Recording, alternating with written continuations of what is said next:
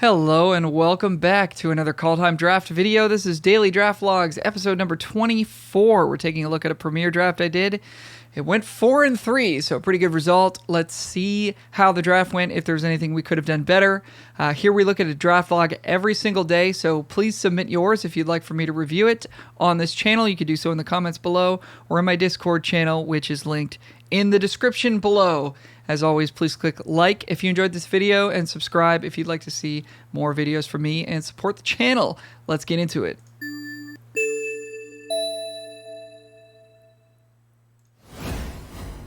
So we're starting with a pick 1 Woodland Chasm. Arena is not saving the logs for first picks, so we don't get to see what else was in this pack.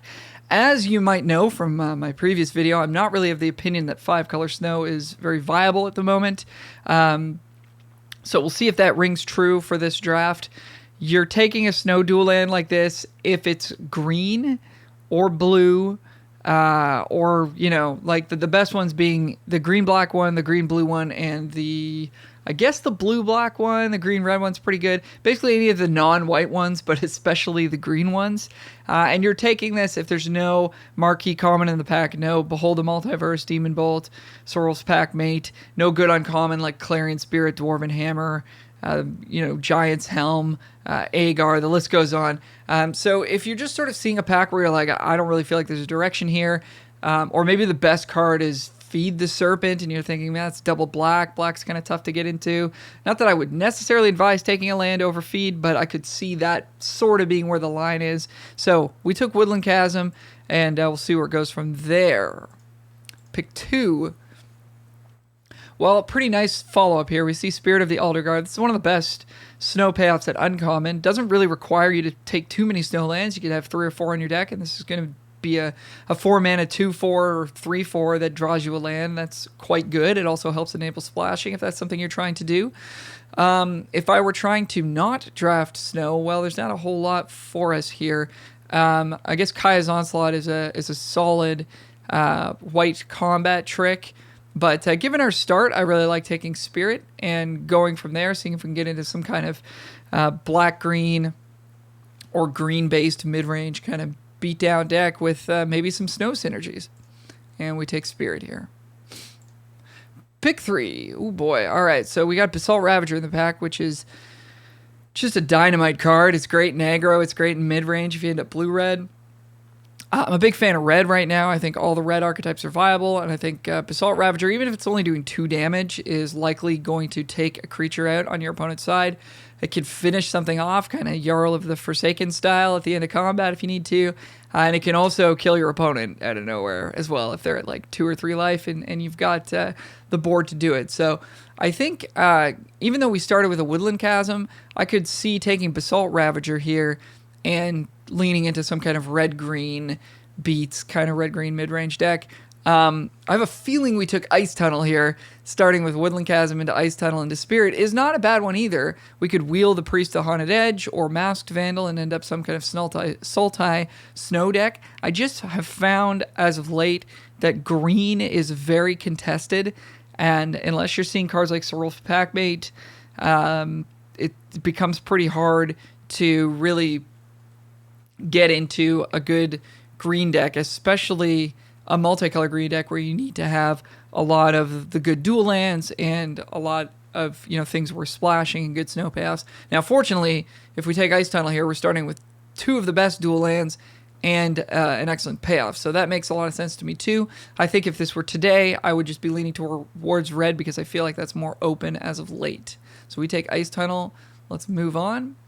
And pick 3. So with our Basalt Ravager pick, we could just snap up Axeguard Cavalry here, and we would have a great 2-drop, a great 4-drop, and then a great green 4-drop. And if we keep seeing green, we move into green-red. If we keep seeing red, we'll just keep diving deeper into red and find out what our second color is. As it stands right now, it feels like we kind of just have to take Sulphurous Mire and hope we start seeing the pieces come together for a snow deck. It's still not too late to jump off of this.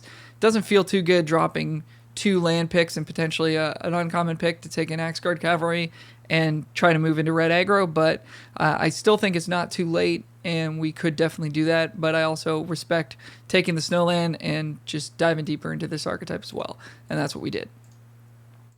Pick 5. All right. Sigh of relief here. We see some good green cards. Grizzled Outrider is a totally reasonable top end to your green deck.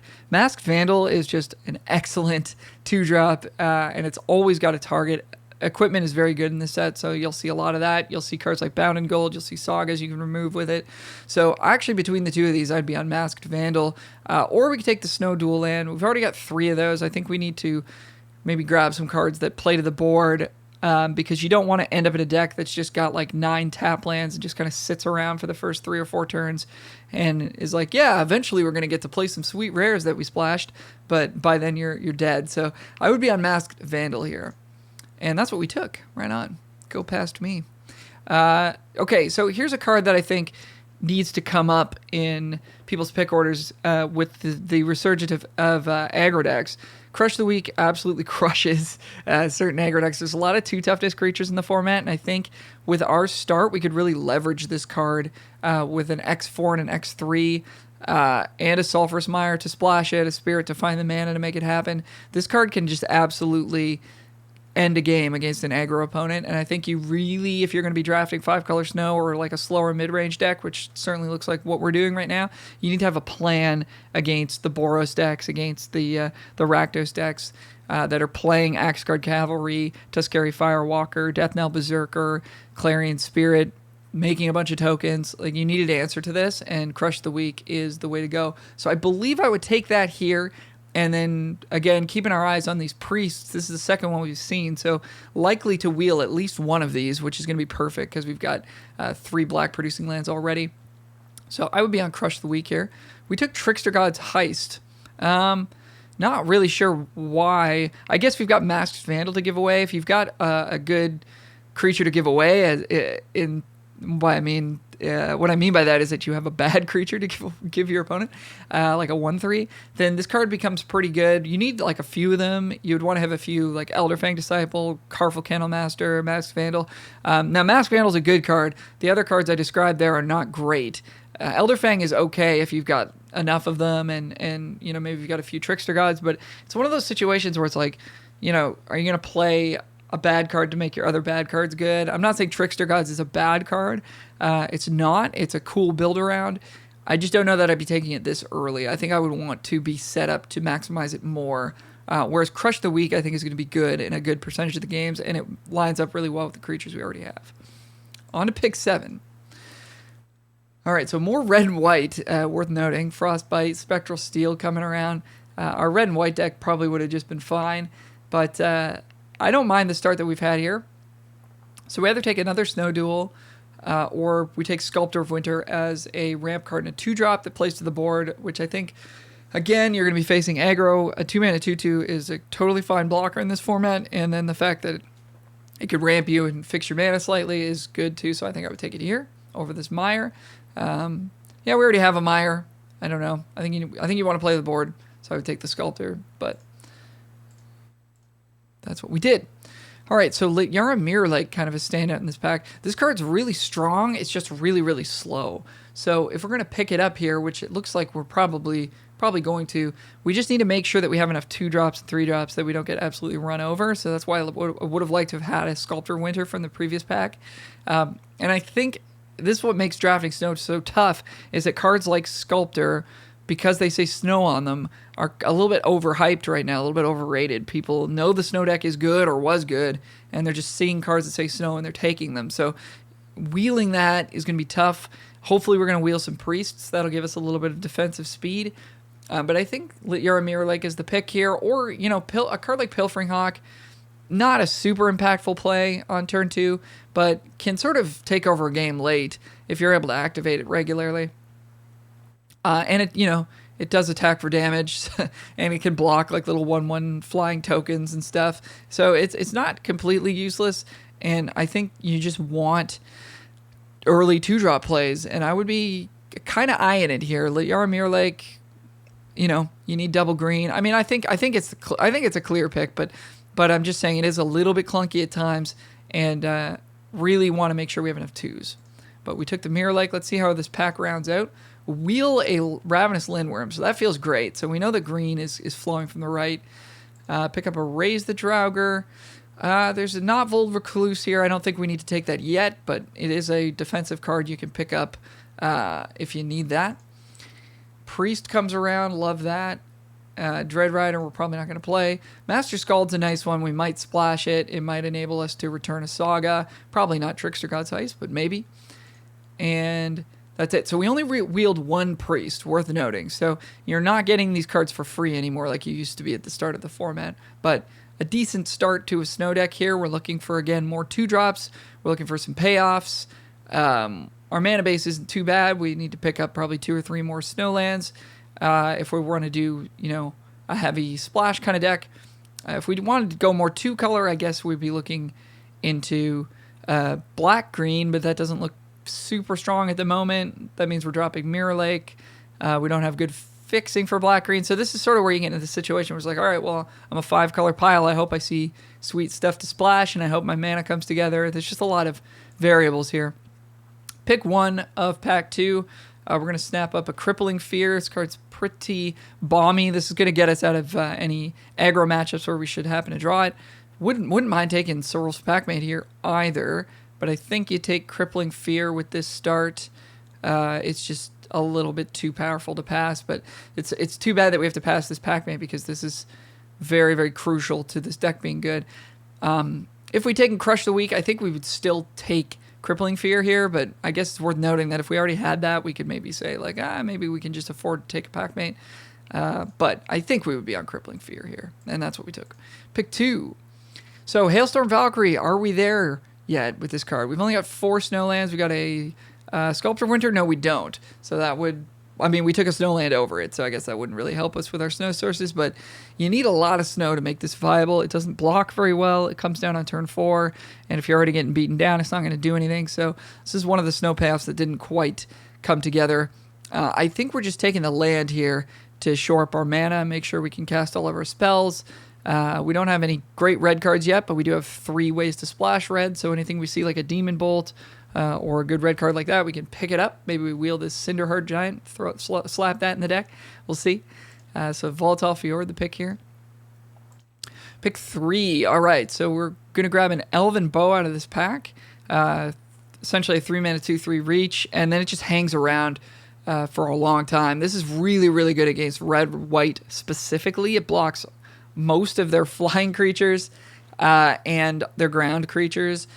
And it sticks around, and they don't have access to artifact enchantment removal the same way that green does with Masked Vandal. So as a Boros player lately, I've been getting kind of crushed by these 2 cards in particular, Crush the Weak and Elven Bow. So this is a great pickup for a deck that's looking to go long like this.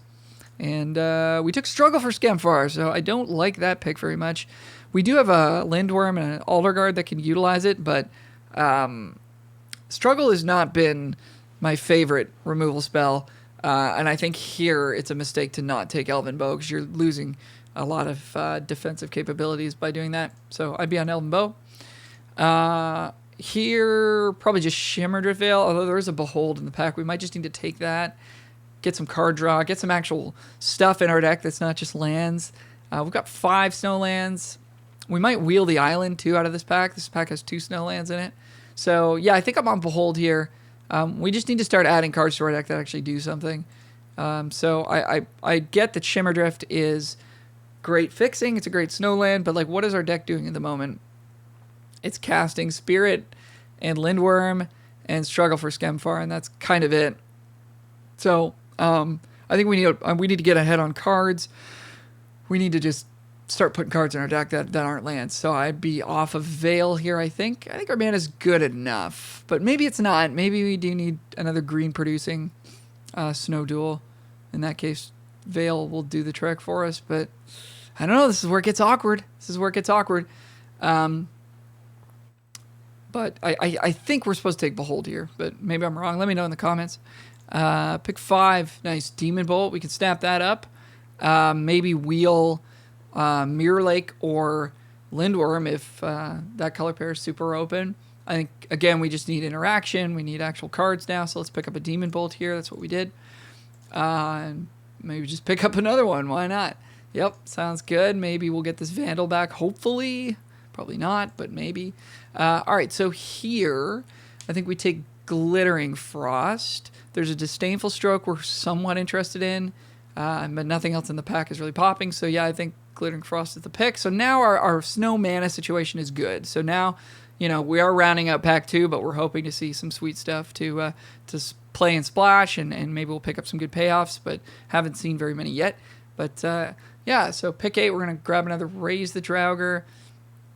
I think that makes sense to me. I could see an argument for Brine Barrow Intruder just to have some early plays again, where we've only got 3 2-drops, and one of them is a late game card and Raise the Draugr. So having an early play like Brine Barrow Intruder, if we end up heavier blue, it actually does come in handy, especially in best of 1 when people aren't expecting it.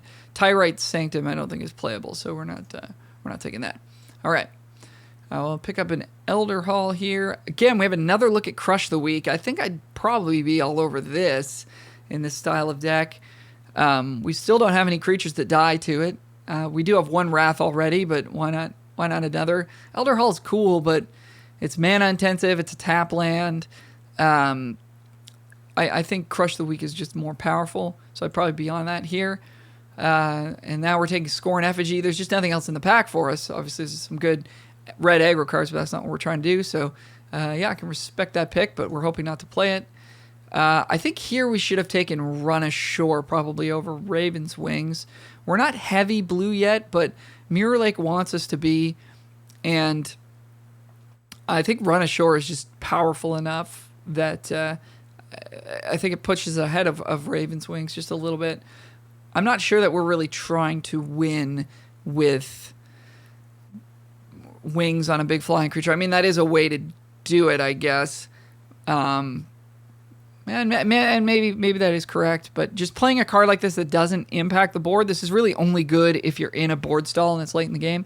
Whereas Run Ashore can catch you back up, can screw up combat for them, can remove 2 blockers and just let you attack them for the win. I think Run Ashore's got more power, and we've got the mana base to support it, so I think we would take that there. Pick up a late Recluse. That's nice. We need 3-drops. We need creatures that can block early. King Harold's Revenge. This is a card I like, but when you're in a deck like this that's playing 0-4s and 1-3s in the 2-drop slot, you're not really pressuring your opponent. And King Harold's is at its best when you're pressuring your opponent, which I believe is what you should be doing in this format, because so many cards get better when you are doing so. Whereas when you're not pressuring your opponent, like we are not here, you're waiting in the draft for cards like Lindworm, but hopefully better than that. More Spirits, Avalanche Callers, maybe a Bomb Rare to show up to actually, give your deck a sense of direction. Skull Raid, nice, not bad. Vault Robber's not playable. On to pack 3. Well, we asked for it, we got it. We opened a Zeeka's Chariot. It's pretty bomb rare. We have a Raven's Wings, which does kind of work with it. You can equip it once it's crewed, and then it gets in there and starts copying cats again. Unfortunately, we're passing Avalanche Caller for taking it, so that's pretty tough. And I wonder which card is actually stronger with 4, 5, 6 snow lands already. Avalanche Caller is going to do a lot of work for us. It's a 2-drop that's going to come down early and hopefully potentially block. I feel like this pick is pretty close, but I think we're more likely to be Jund, as 17 lands is suggesting. Excuse me here. We barely have any blue at all aside from Lityara Mirror Lake, so that might be the push towards the Chariot. So I think you take the Chariot here, but I think it's kind of close. Oh wow, we took Caller. Okay, yeah. So maybe this sort of hurt our mana base a little bit. I'm not sure. Basalt Ravager would be a nice pickup here. So would Gladewalker as an early play, or Horizon Seeker as a 3-drop that can sort of fix our mana and draws lands, but you have to be able to attack, and I don't know how aggressive we are right now. I don't know, double Demon Bolt. We're not super tribal, but that's tough. I think I'd be on Basalt Ravager. I think I would be. And we took Snow Swamp. I don't like that very much. I think I'd take Horizon Seeker before I take Snow Swamp.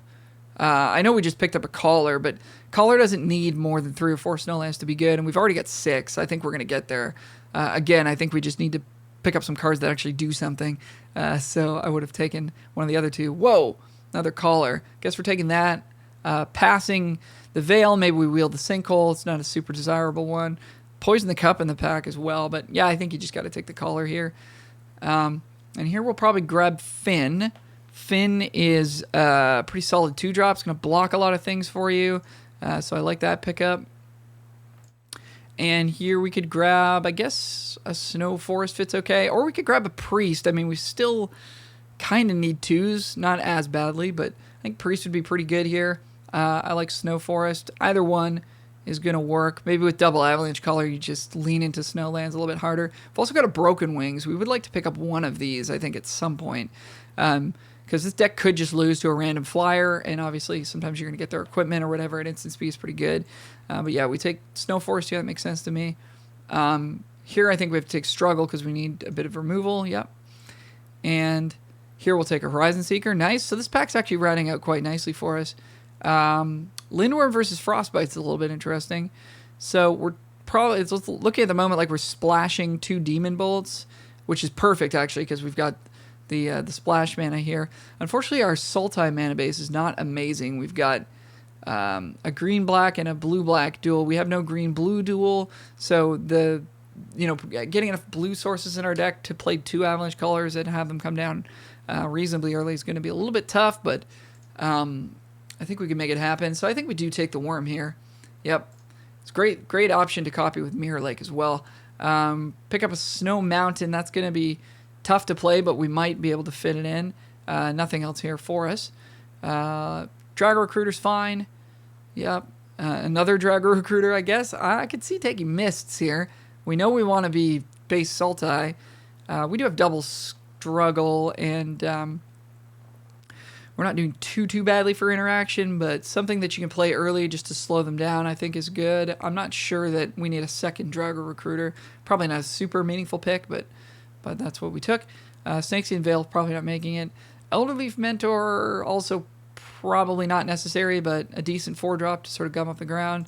And we end up with a Mists anyways, so there you go. So the deck went 4-3. I think it was solid. We didn't get anything of absolutely bonkers power level, like a great rare, but we did pick up double Avalanche Caller, and our mana base looks like it was reasonable. We got 1, 2, 3, 4, 5 blue sources only, which is a little bit tough with 2 blue 2-drops, but obviously these are great in the late game as well. But we wanted to make sure that we had enough green. 1, 2, 3, 4, 5, 6, 7, 8. So I'd be looking for maybe one more green source in this deck just because we're relying on Glittering Frost to fix our mana, and Spirit of the Alderguard as well. So maybe we cut the Snow Mountain, for example, since we don't really need more than 3 red sources, which we already have in our dual lands that we can fetch from Spirit. I know we can't fetch them off of Horizon Seeker, but I still think we want to just make sure we have enough green. In terms of stuff we could have brought in, doesn't really look like we're missing out on anything. Fortunately, we had to drop the Mirror Lake at the end of the day because we just couldn't get enough blue sources. I could see just maybe playing it over an untapped island. That might be worth it. We want to make sure we can cast our spells early, but also having that late game power is pretty nice. Elder Hall, that would probably be too much, and having double black's pretty tough. So I think I like bringing in the Mirror Lake over an island and maybe taking the mountain out and putting another forest in. So yeah, end of the day, this deck was reasonably powerful, 4-3 result. But hopefully this draft helped to illustrate how there's some pretty awkward picks, and you sort of have to have the packs break just right in order to get these decks to work. Oh, another card that we might want to take out is Trickster God's Heist, actually. Could go to 18 lands in a deck like this, double Lindworm. Maybe that's what the thing is. Maybe we should take Trickster Gods out, put in Mirror Lake. Then we've got kind of an extra spell, quote unquote, but it's going to help us cast our Lindworms, activate our Drago Recruiters. Got a lot of 4-drops too, eh? Yeah, I think that's another change I would make. But anyways, that was the draft. Hope you guys enjoyed the video. If you did, please click like and subscribe. If you'd like for me to review a draft log of yours, you can post the link to it in the comments below or in my Discord channel, which is linked in the description below. You can find me streaming on Twitch, twitch.tv/alromusic. We'll see you again soon. Thank you so much for watching. Bye for now.